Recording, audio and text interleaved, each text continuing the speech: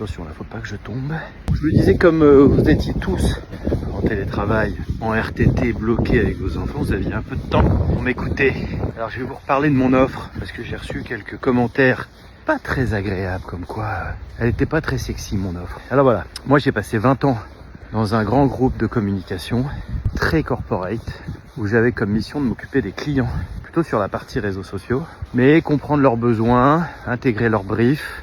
Voilà, et mon job c'était de délivrer des solutions, de suivre l'ensemble des projets et l'ensemble des campagnes publicitaires, tout ça en étant extrêmement rigoureux. D'ailleurs c'était mon job, j'étais directeur des opérations. Donc la rigueur, le process, l'écoute et savoir délivrer des solutions adaptées aux problématiques des clients, c'était mon job. Voilà. Alors vous allez me dire quel rapport avec l'immobilier? Eh ben énormément. Voilà, c'est un mindset que j'ai, c'est-à-dire que je sais écouter et je sais délivrer des solutions à des problématiques. Voilà, vous cherchez à vendre, vous cherchez à acheter, je viens, je vous écoute et on échange ensemble. La deuxième chose, c'est la transparence. Dans nos métiers, on a besoin d'être transparent. Moi, je viens d'un domaine où la transparence légale est obligatoire. Donc c'est dans mon ADN, je suis transparent. Transparent, ça veut dire quoi? C'est au niveau des prix, bien évidemment, mais c'est au niveau aussi des problèmes. Si j'estime que chez vous, il y a des travaux à faire, il y a de la rénovation, il y a de l'optimisation, je vous le dirai. Voilà, c'est comme ça. Il faut dire la vérité, il faut être transparent avec ses clients. Troisième chose, la décoration. Je suis fan de décoration, c'est dans mon ADN. J'ai toujours aimé chiner, j'ai toujours aimé décorer, j'ai toujours aimé agencer. Voilà. Et ça, je pense que c'est une vraie différence aussi.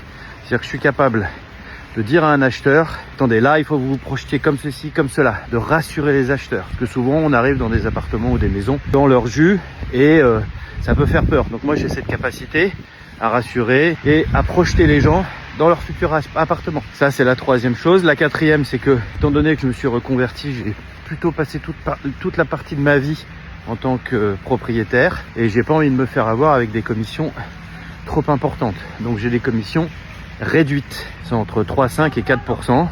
Je pense que la vraie différence, très honnêtement, c'est être sympa. Je pense que je suis sympa. Alors, vous allez me dire, tous les agents immobiliers sont sympas, bien sûr, mais moi je suis très sympa. Voilà, je suis sympa. D'ailleurs, je me disais, mais qu'est-ce que vous attendez d'un agent immobilier? C'est quoi pour vous ce qui fait que vous allez basculer et confier votre bien à un agent immobilier? Parce qu'on est quand même beaucoup. Voilà, bah dites-moi ce que vous en pensez. Si vous vendez, bah vous m'appelez. Si vous ne vendez pas, abonnez-vous. Suite des aventures. Salut!